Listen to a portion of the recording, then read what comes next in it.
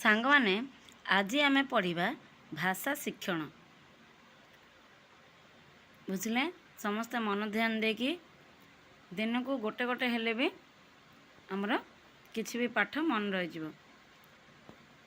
ପ୍ରାଥମିକ ସ୍ତରରେ ତାତ୍ତ୍ୱିକ ଓ ବ୍ୟାପକ ପଠନ କୌଶଳ, ଅତିରିକ୍ତ ସାହିତ୍ୟ, ଗଦ୍ୟ ଓ ପଦ୍ୟ ଶିକ୍ଷାଦାନ, ରଚନା ଓ ସୃଜନାତ୍ମକ ଲିଖନ, ବ୍ୟାକରଣ ଶିକ୍ଷାଦାନ, ବହୁଭାଷୀ ଶିକ୍ଷାର ସମସ୍ୟା ଓ ଉପାୟ ନିର୍ଦ୍ଧାରଣ, ଏତିକି ବିଷୟରେ ଆମେ ପଢ଼ିବା, ମନେ ରଖିବା। ତ ପ୍ରଶ୍ନ ଉତ୍ତର ହିସାବରେ ମୁଁ ଆଣିଛି କ'ଣ ପାଇଁ ନା, ଏହି ମାଧ୍ୟମରେ ପଢ଼ିଲେ ଆମର ଅଳ୍ପ ସମୟ ଭିତରେ ସବୁକିଛି ପାଠ ଆଲୋଚନା ହୋଇପାରିବ। ସେଥିପାଇଁ ଷ୍ଟାର୍ଟ କରିବା। 1. ଭାଷା ଶିକ୍ଷଣ ପାଇଁ କେତୋଟି ଦକ୍ଷତା ରହିଛି? ଡି ହେଲା ଉତ୍ତର 9ଟି।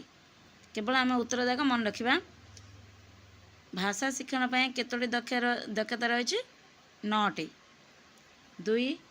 ଭାଷା ଶିକ୍ଷଣ ପାଇଁ ଯେଉଁ ଦକ୍ଷତା ଗୁଡ଼ିକ ରହିଛି ସେମାନଙ୍କ ମଧ୍ୟରୁ ମୌଳିକ ଦକ୍ଷତା କେତୋଟି? ମୌଳିକ ଦକ୍ଷତା ହେଉଛି 4ଟି। ହେଲା। ଭାଷା ଶିକ୍ଷଣ ପାଇଁ ଯେଉଁ ଦକ୍ଷତା ଗୁଡ଼ିକ ରହିଛି ସେମାନଙ୍କ ମଧ୍ୟରୁ ମୌଳିକ ଦକ୍ଷତା କେତୋଟି? 4ଟି। ଏ ହେଲା ଠିକ୍ ଉତ୍ତର।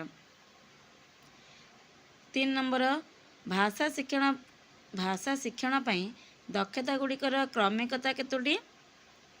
କ୍ରମିକତା କେଉଁଟି? ତାର ସି ହେଲା ଉତ୍ତର ଶୁଣିବା, କହିବା, ପଢ଼ିବା, ଲେଖିବା।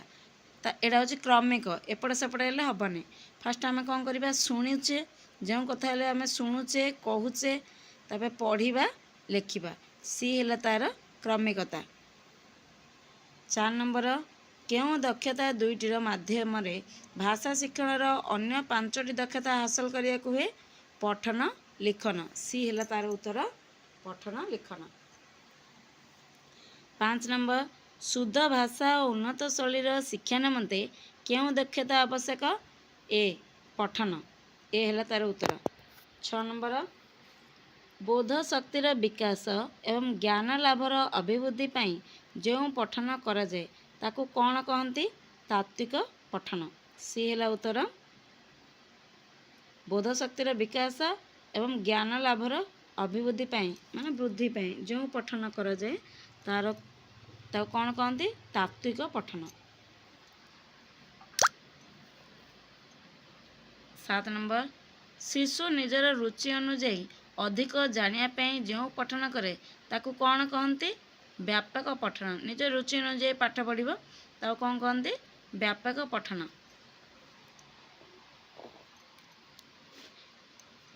8 ନମ୍ବର, ଶ୍ରେଣୀର ପାଠ୍ୟପୁସ୍ତକ ପଠନ କେଉଁ ପଠନର ଅନ୍ତର୍ଭୁକ୍ତ?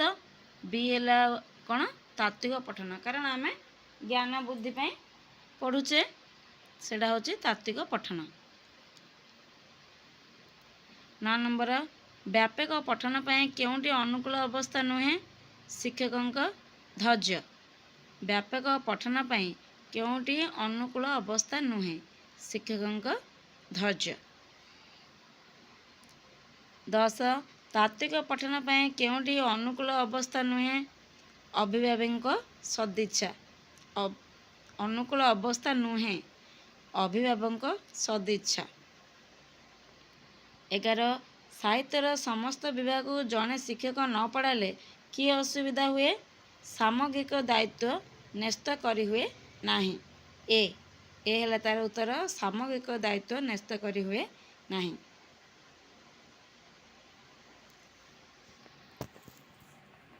12 ନମ୍ବର, କେଉଁଟି ଗଦ୍ୟ ଶିକ୍ଷାର ସାଧାରଣ ଉଦ୍ଦେଶ୍ୟ ନୁହେଁ? ରସ ଉପଲବ୍ଧି। ସି ହେଲା ଉତ୍ତର ରସ ଉପଲବ୍ଧି।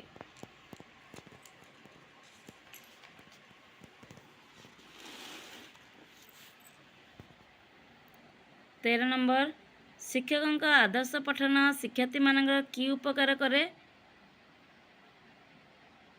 ଏ ହେଲା ଉତ୍ତର ଶିକ୍ଷକଙ୍କ ଆଦର୍ଶ ପଠନକୁ ଶିକ୍ଷାର୍ଥୀ ଅନୁକରଣ କରନ୍ତି।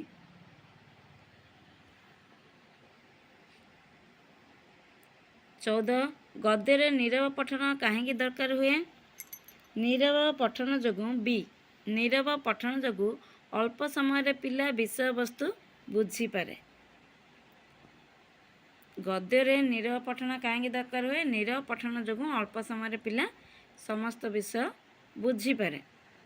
15 ନମ୍ବର, ମୂଲ୍ୟାୟନ ସୋପାନରେ କ'ଣ ମୂଲ୍ୟାୟନ କରାଯାଏ? ସି ଶିକ୍ଷାର୍ଥୀର ଶିକ୍ଷଣ ଉପଲବ୍ଧି। ସି ହେଲା ଉତ୍ତର। 16 ପଦ୍ୟ ଶିକ୍ଷାଦାନ ଗଦ୍ୟ ଶିକ୍ଷାଦାନ ଠାରୁ କେଉଁଥିରେ ଭିନ୍ନ? ଭାବ ଉନ୍ମୋଚନ। ବି ହେଲା କ'ଣ? ଭାବ ଉନ୍ମୋଚନ ଭିନ୍ନ।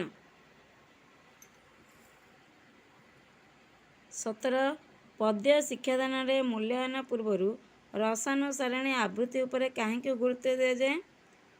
ଏ ଆବୃତ୍ତି ଦ୍ୱାରା ଶିକ୍ଷାର୍ଥୀ କବିତାର ରସ ଓ ଭାବକୁ ଗ୍ରହଣ କରିବେ। ଏ ହେଲା ଉତ୍ତର। 18 ନମ୍ବର, ଅତିରିକ୍ତ ସାହିତ୍ୟ ଶିକ୍ଷାଦାନରେ ଶବ୍ଦାର୍ଥୀକରଣ ଆବଶ୍ୟକ ହୁଏ ନାହିଁ କାହିଁକି? ବି ଆନନ୍ଦ ପ୍ରଦାନ ଓ ମନୋରଞ୍ଜନ ପାଇଁ ଅତିରିକ୍ତ ସାହିତ୍ୟ ପଢ଼ାଯାଏ। ବି ହେଲା ଉତ୍ତର।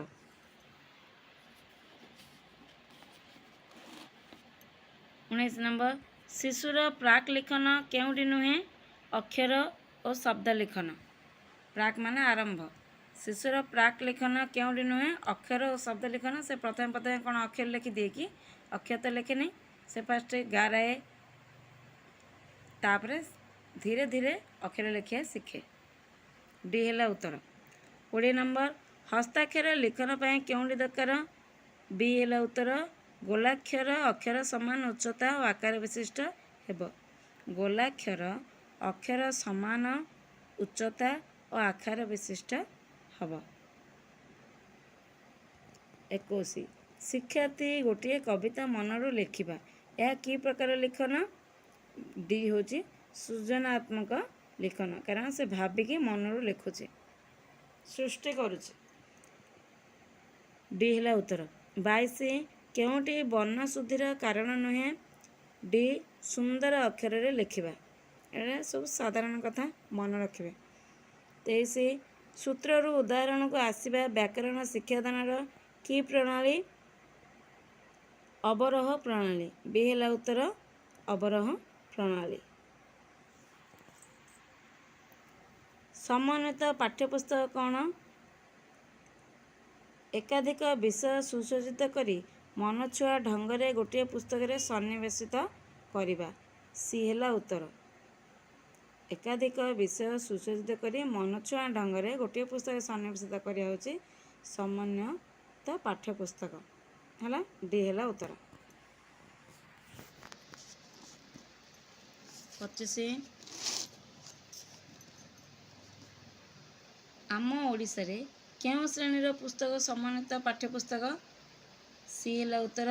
ପ୍ରଥମ ଓ ଦ୍ୱିତୀୟ ଉଭୟର ସମନ୍ୱିତ ପାଠ୍ୟପୁସ୍ତକ। 26 ସମନ୍ୱିତ ପାଠ୍ୟପୁସ୍ତକ ନୂଆ କରି ପାଠ ଆରମ୍ଭ କରୁଥିବା ପିଲାମାନେ ପସନ୍ଦ କରନ୍ତି କାହିଁକି? ବି ଘରେ ପଢ଼ୁଥିବା ପରିସ୍ଥିତି ବିଦ୍ୟାଳୟର ଶିକ୍ଷଣ ପରିସ୍ଥିତି ସମାନ ରହେ। ଘରେ ପଢ଼ୁଥିବା ପରିସ୍ଥିତି ଓ ବିଦ୍ୟାଳୟର ଶିକ୍ଷଣ ପରିସ୍ଥିତି ସମାନ ରହେ, ସେଥିପାଇଁ ସମନ୍ୱିତ ପାଠ୍ୟପୁସ୍ତକକୁ ନୂଆ କରି ପାଠ ଆରମ୍ଭ କରୁଥିବା ପିଲାମାନେ ପସନ୍ଦ କରନ୍ତି। 27 ନମ୍ବର ସମନ୍ୱିତ ପାଠ୍ୟପୁସ୍ତକରେ କେଉଁ କାର୍ଯ୍ୟଟି ନଥାଏ? ଡି ମୁଖସ୍ଥୀକରଣ କାର୍ଯ୍ୟକ୍ରମ। ପିଲାଦିନରୁ ହିଁ ଜଣକୁ ଘୋଷିବା କାର୍ଯ୍ୟଟି ଭଲ ନୁହଁ, ତ ସେଇଟା ନଥାଏ। ମୁଖସ୍ଥୀକରଣ କାର୍ଯ୍ୟଟି ନଥାଏ। ଡି ଉତ୍ତର। 28 ବହୁଭାଷୀ ଶିକ୍ଷାଦାନ କାହାକୁ କୁହନ୍ତି? ସି ବିଭିନ୍ନ ଭାଷାରେ ପିଲା ଥିଲେ ସେମାନଙ୍କ ଘର ଭାଷାରେ ଶିକ୍ଷାଦାନ। ସମସ୍ତଙ୍କର ମାତୃଭାଷା ଅଲଗା ଅଲଗା ଥିବ, ଯଦି ସେମାନଙ୍କ ସବୁଯାକ ମାତୃଭାଷାରେ ଶିକ୍ଷାଦାନ କରିବାଟାକୁ ବହୁଭାଷୀ ଶିକ୍ଷାଦାନ କୁହନ୍ତି। ସି ହେଲା ଉତ୍ତର। ଡି 29 ଆଦିବାସୀ ପିଲାମାନଙ୍କ ପାଇଁ ଏବେ କି ବ୍ୟବସ୍ଥା କରାଯାଇଛି? ଏ ସେମାନେ ନିଜ ଘର ଭାଷାରେ ପଢ଼ିବେ। ଏ ହେଲା ଠିକ୍ ଉତ୍ତର। 30 ନମ୍ବର ସଂଖ୍ୟାଲଘୁ ଭାଷା ସମ୍ପ୍ରଦାୟ ପାଇଁ ଘର ଭାଷାରେ ଶିକ୍ଷା ଦେବା ପାଇଁ ସମ୍ବିଧାନ କେଉଁ ଧାରାରେ ଅଛି? 350 ଏ। ଘର ଭାଷାରେ ଶିକ୍ଷାଦାନ କରିବା ପାଇଁ ସମ୍ବିଧାନର କେଉଁ ଧାରାରେ ଅଛି? 350 ଏ ଧାରାରେ ଅଛି। ମନେ ରଖିବ। 31 ନମ୍ବର, ଶିକ୍ଷା ବିଷୟ ଯୁଗ୍ମ ତାଲିକାର ଅନ୍ତର୍ଭୁକ୍ତ କେଉଁ ମସିହା ଠାରୁ ହୋଇଛି? 1977। 1977 ଠାରୁ ଆରମ୍ଭ ହୋଇଛି। ସି ହେଲା ଉତ୍ତର। 32 ନମ୍ବର, ନିମ୍ନୋକ୍ତ ମଧ୍ୟରୁ କେଉଁଠି ବହୁଭାଷୀ ଶିକ୍ଷାର୍ଥୀମାନଙ୍କ ପାଖରେ ଦେଖାଯାଏ ନାହିଁ? ଏ କମ୍ କଥନ ଦକ୍ଷତା ହେଲା। ଏ ହେଲା ଉତ୍ତର।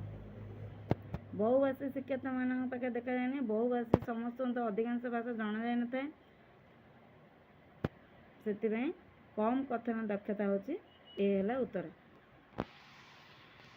ହଁ, ଆଜି ପାଇଁ ଏତିକି।